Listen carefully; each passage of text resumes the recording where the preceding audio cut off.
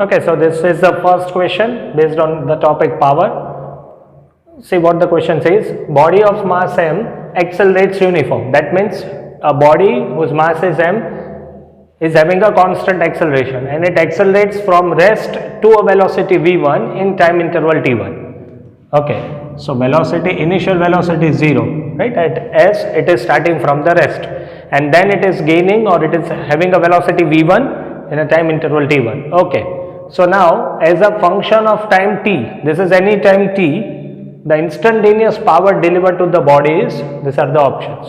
So to calculate the instantaneous power at any time t. Okay, so what is instantaneous power? We had seen in the previous video, it is F into V. Okay, so it is F means m into a into velocity v. Fine.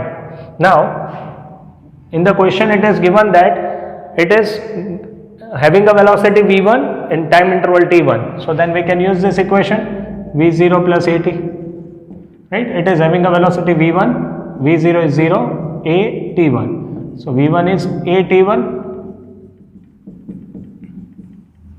Okay, and here this velocity v is velocity at any time t. So this velocity v can also be written as a into t, right? Substitute these values, p equals to m into a. Instead of this v, I will write a into t. So it is m a square t. But what is a? v1 by t1, right? So then a square will be v1 square upon t1 square into t. So m v1 square t upon t1 square. This is your answer. D is the correct option. Clear? Okay, now we will solve the another one. Let us solve second question. Water falls from a height of 60 meter at a rate of 15 kilogram per second. That means per second 15 kilogram mass, 15 kilogram of water is falling from a height of 60 meter to operate a turbine. The losses due to frictional forces are 10% of the energy. Okay. How much power is generated by the turbine? Okay, he is saying that per second 15 kilogram of water is falling from height of 60 meter just to operate a turbine, right? From this 10% of energy is lost because of friction. So then what amount of power will be delivered to the turbine? First of all, let us see that when water is falling from height of 60 meter and at this rate, what power is developed, right? So power is equals to work by time. Since water is falling from a height, it will have potential energy, right? So mgh by time. Already m by t, mass of 15 kilogram is falling per second. So that means m by t is given 15. So 15 g, we have to take it as 10 and height is 60. Right, so this will be 15, 6 are 90, 0, 0. This is the power. But out of this, 10% is lost because of friction. So remaining power or power used to or power generated by turbine.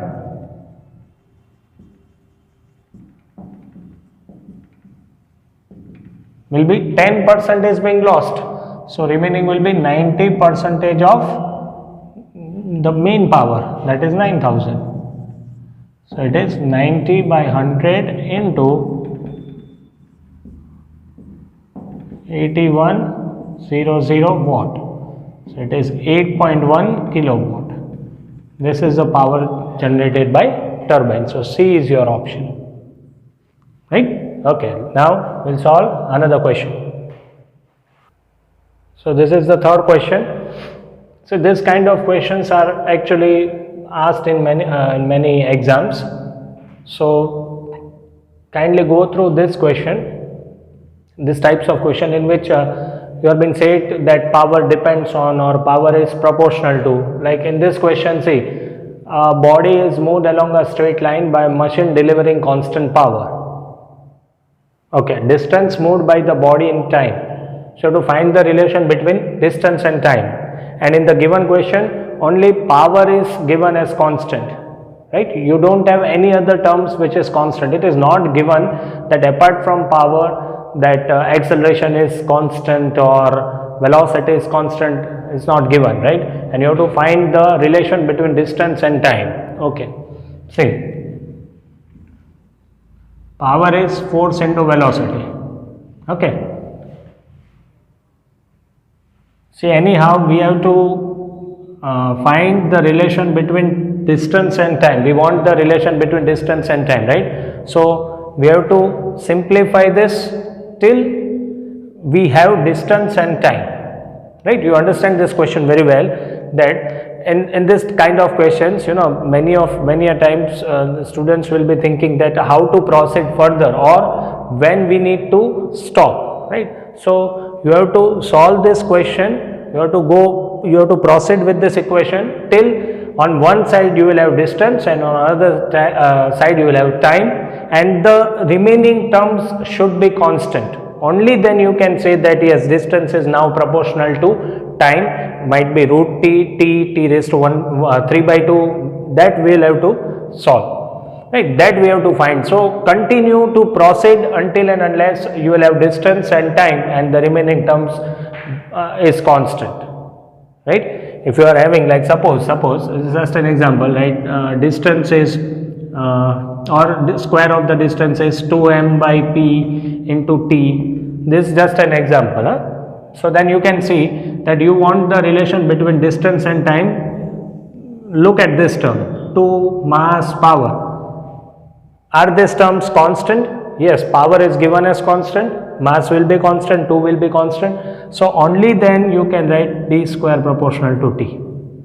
Clear? If in the same equation, if we are having 2m into v into t, now you cannot say d square proportional to t because we don't know that velocity is constant or not. It is not given in the question that velocity is constant.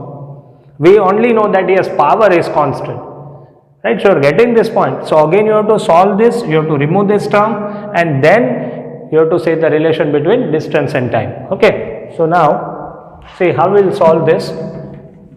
Power is force into velocity, right? Okay, so power is force into velocity. Force is m into a into v. I am just knowing that power is constant. Okay, mass of the body will be constant. I don't know about acceleration and velocity. No problem. M power equals to m into, I can write it dv by dt into v.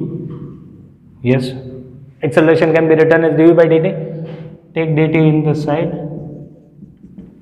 mv dv, right? Still I want the relation between distance and time. I am not having distance, I am having velocity and time. Okay, so from dt we want t, and let us integrate on both the side, right? 0 t 0 v. Power is said constant, take it outside.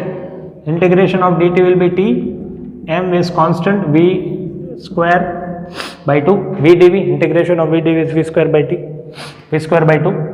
So 2 pt divided by m equals to v square. Okay, power is constant, 2 is constant, m is constant, fine. So then v is proportional to root of t. Now we can say this because 2 and m are constant, power is constant, it is given in the question. So ultimately these terms are constant. So v square proportional to t, so v proportional to root of t. Okay, or better you write the whole equation, v equals to root of 2 pt by m. Still we want the relation between distance and time. Okay, then what is v? dx by dt equals to root of 2p by m, which is constant, into t raised to 1 by 2. dx equals to 2p by m t raised to 1 by 2 dt. Again integrate further, 0 to x, 0 to t. So integration of dx is x.